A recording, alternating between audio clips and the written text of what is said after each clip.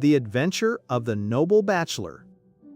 The Lord St. Simon marriage and its curious termination have long since ceased to be a subject of interest. However, as the full facts have never been revealed to the public, and as my friend Sherlock Holmes had a considerable share in clearing the matter up, no memoir of him would be complete without some little sketch of this remarkable episode. It was a few weeks before my own marriage.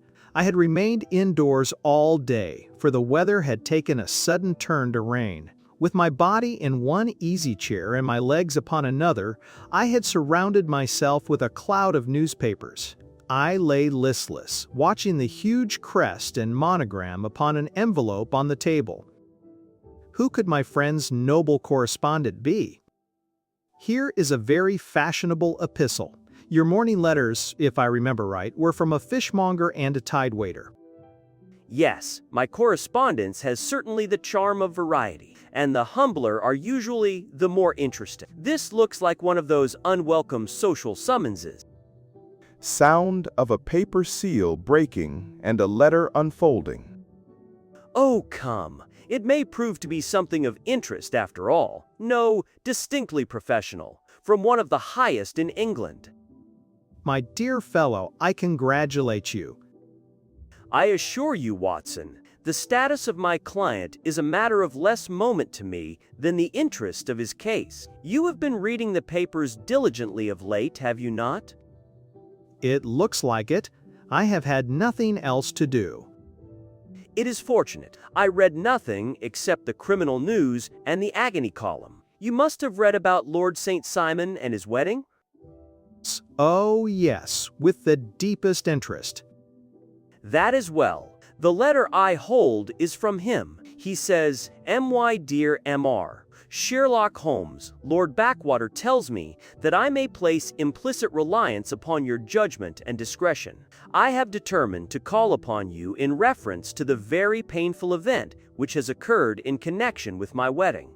Mr. Lestrade, of Scotland Yard, sees no objection to your cooperation. I will call at 4 o'clock. Yours faithfully, Robert St. Simon."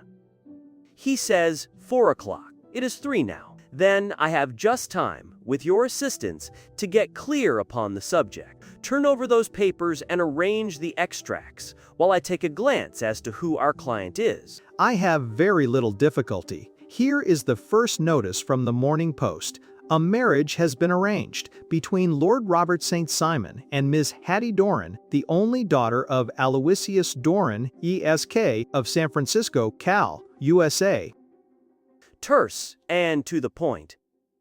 Then there is a curt announcement that the wedding had taken place on Wednesday last. Those are all the notices which appeared before the disappearance of the bride.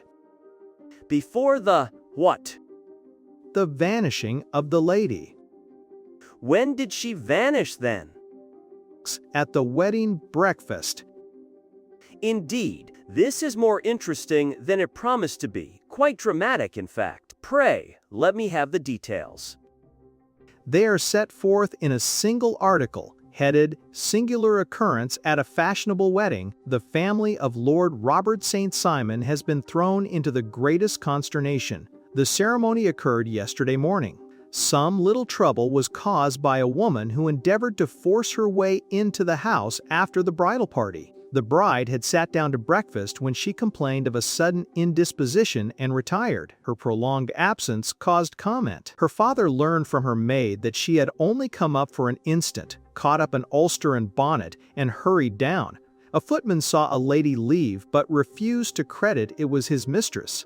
The police are making energetic inquiries. There are rumors of foul play, and it is said the police have arrested the woman who caused the disturbance, Miss Flora Millar. And an exceedingly interesting case it appears to be. I would not have missed it for worlds. But there is a ring at the bell, Watson. As the clock makes it a few minutes after 4, this will be our noble client. Do not dream of going. Sound of a doorbell ringing. Lord Robert St. Simon. A gentleman entered, with a pleasant, cultured face, high-nosed and pale, with something perhaps of petulance about the mouth. His manner was brisk, yet his general appearance gave an undue impression of age. His dress was careful to the verge of foppishness. Good day, Lord St. Simon. Pray take the basket chair. This is my friend and colleague, Dr. Watson. A most painful matter to me, Mr. Holmes. I have been cut to the quick. I am ready to give you any information which may assist you. Thank you. I have learned all that is in the public prints. I think I may arrive at my facts most directly by questioning you. When did you first meet Miss Hattie Doran? In San Francisco, a year ago. Her father is said to be the richest man on the Pacific Slope. He made his money in mining. What is your own impression as to your wife's character? My wife was 20 before her father became a rich man. She is what we call a tomboy, with a strong nature, wild and free. She is impetuous, volcanic, swift in making up her mind, and fearless in carrying out her resolutions. I believe that she is capable of heroic self-sacrifice. Did you observe any change in her on the morning of the wedding? Well, I saw the first signs that her temper was a little sharp. She dropped her bouquet as we went towards the vestry. It fell over into the front pew. A gentleman in the pew handed it up to her. Yet when I spoke to her of it, she answered me abruptly and seemed absurdly agitated. This gentleman was not one of your wife's friends. No, he was quite a common-looking person. But really, I think that we are wandering rather far from the point. Lady St. Simon returned from the wedding in a less cheerful frame of mind. What did she do on re-entering her father's house? I saw her in conversation with her maid, Alice. She is an American. Lady St. Simon said something about jumping a claim. But she was afterwards seen walking into Hyde Park with Flora Miller. Yes. That is what Mr. Lestrade looks upon as so serious. It is thought that Flora decoyed my wife out and laid some terrible trap for her. I did not say a probable one. What is your own theory? Well, I came to seek a theory, but it has occurred to me as possible that the excitement of this affair had the effect of causing some little nervous disturbance. In short, that she had become suddenly deranged. And now, Lord St. Simon, I think that I have nearly all my data. I do not think I need to detain you longer. Should you be fortunate enough to solve this problem? I have solved it. What was that? Where then is my wife? Where then is just as gents with the Asians and return a connected Jen, you'll. That is a detail which I shall speedily supply. Lestrade arrived, attired in a pea jacket and carrying a black canvas bag. What's up then? You look dissatisfied, and I feel dissatisfied. It is this infernal St. Simon marriage case. I can make neither head nor tail of it. Really, you surprise me. And very wet it seems to have made you. Yes, I have been dragging the serpentine. In heaven's name, what for? In search of the body of Lady St. Simon. Holmes leans back and laughs heartily. Well, I have only just heard the facts, but my mind is made up. Oh, indeed. Then perhaps you will kindly explain how it is that we found this in it? He opened his bag and tumbled onto the floor a wedding dress, a pair of satin shoes, and a bride's wreath and veil, all soaked in water. "There," said he, putting a new wedding ring upon the top. "There is a little nut for you to crack, Master Holmes."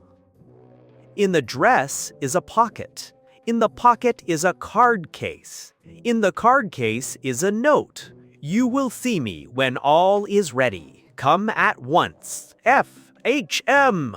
My theory is that Lady St. Simon was decoyed away by Flora Miller. Very good, Lestrade. Let me see it. This is indeed important. I congratulate you warmly. Why, you're looking at the wrong side. On the contrary, this is the right side. And over here is what appears to be the fragment of a hotel bill, which interests me deeply. I believe in hard work, not spinning fine theories.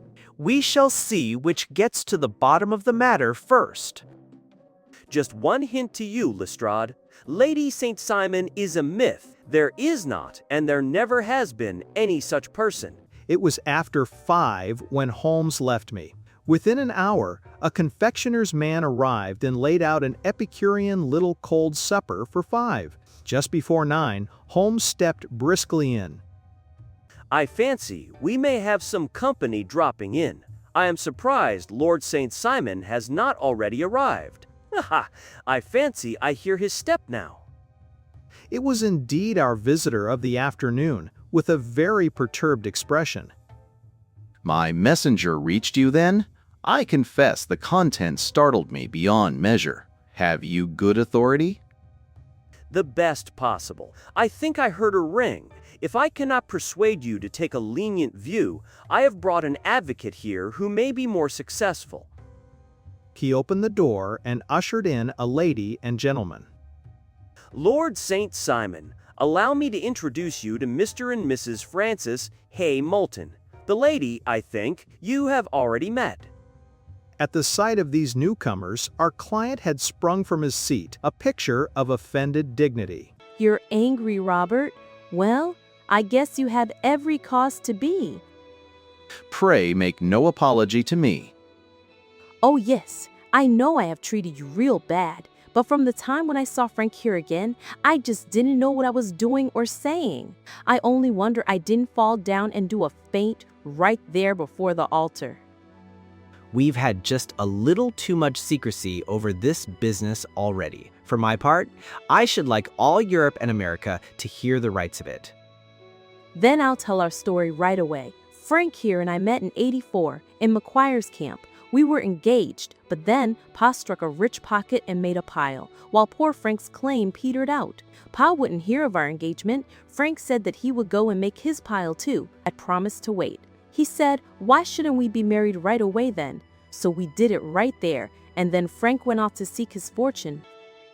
The next I heard was a newspaper story about how a miners' camp had been attacked by Apache Indians, and there was my Frank's name among the killed. I fainted dead away. Not a word of news came for a year, so I never doubted he was really dead. Then Lord St. Simon came, and a marriage was arranged. I went to the altar with him, but you may imagine what I felt when I glanced back and saw Frank standing there out of the first pew. He raised his finger to his lips to tell me to be still. I dropped my bouquet, and he slipped a note into my hand. It asked me to join him.